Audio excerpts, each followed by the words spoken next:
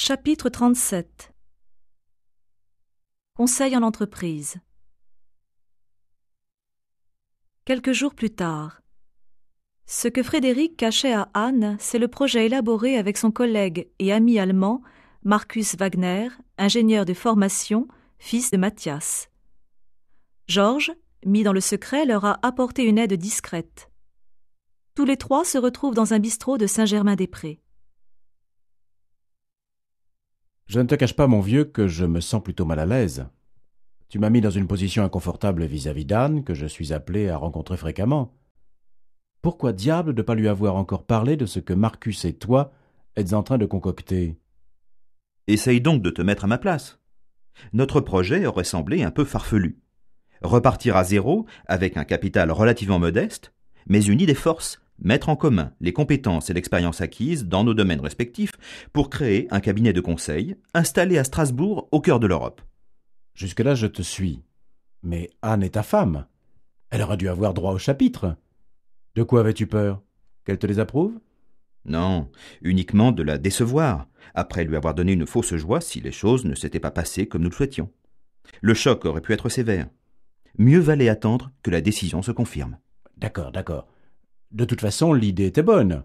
Les PME et PMI de la région, dont certaines sont très dynamiques, représentent un potentiel de clientèle non négligeable. Elles ont rarement la taille suffisante et les reins assez solides pour gérer elles-mêmes la recherche de marchés extérieurs. Nous serons là pour leur fournir le maximum d'assistance, depuis la simple étude de marché jusqu'au démarchage de futurs clients. Au fil des ans, nous avons tissé un réseau serré de relations d'affaires. Cela nous permettra de manœuvrer avec une structure de départ légère. J'ai épluché votre plan de financement. Vous allez travailler à l'économie avec un nombre restreint de collaborateurs. Pour certains services, nous verrons appel à des sous-traitants dont nous connaissons le sérieux, l'efficacité. Au fur et à mesure de notre développement, nous étofferons notre équipe.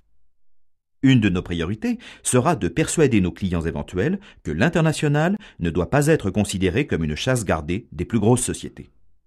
Ça peut être aussi un formidable levier de croissance pour les autres, à condition d'admettre quelques principes.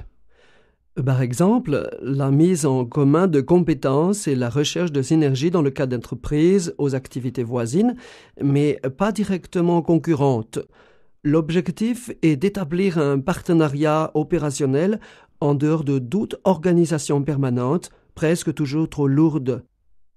Nous commençons par repérer des deux côtés du Rhin des entreprises spécialisées susceptibles de coopérer. Notre cabinet s'occupera des aspects juridiques pour lesquels nos clients n'auraient pas le personnel ou les connaissances nécessaires. Votre plan m'a l'air bien ficelé. Il ne vous reste plus qu'à vous lancer avec tous les risques que cela comporte. On les assume pleinement. Tu ne m'en voudras pas d'avoir touché un mot de tout cela à notre PDG. Il n'aurait pas aimé l'apprendre au dernier moment. Il ne m'a d'ailleurs pas paru surpris. Il était au courant de vos problèmes de ménage. Je crois même qu'il se sentait en partie responsable. Il m'a laissé entendre que nous aurions sans doute besoin de toi comme consultant. Voilà qui est bon pour nous, Marcus. N'oublie pas, Georges, que c'est vendredi soir que nous annonçons la nouvelle à Anne. Je vais l'attendre à la gare de l'Est. Rendez-vous directement au restaurant. Dis à Caroline que je compte sur elle.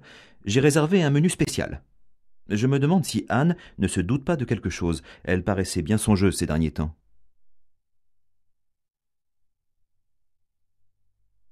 Exercice. Quel est le grand secret que cachait Frédéric à Anne? C'est un projet élaboré avec son collègue et ami allemand, Markus Wagner, de créer leur propre entreprise. Pourquoi Georges se sent-il dans une position inconfortable vis-à-vis d'Anne?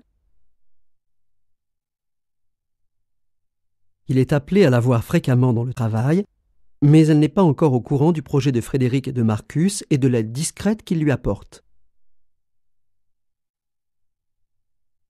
Comment Frédéric justifie-t-il sa totale discrétion? Il craignait que son projet semble un peu farfelu à Anne. Il n'est pas évident en effet de repartir à zéro avec un capital modeste, même si on a une idée force. De quelle idée force s'agit-il?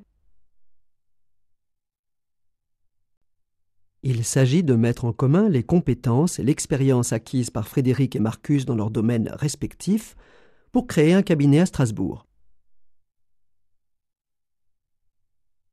De quoi Frédéric avait-il réellement peur pour cacher ainsi son projet à Anne? Il avait peur de la décevoir après lui avoir donné une fausse joie si les choses ne s'étaient pas passées comme lui et Marcus le souhaitaient. Qu'est-ce qui fait dire à Georges que l'idée de Frédéric et de Marcus était bonne?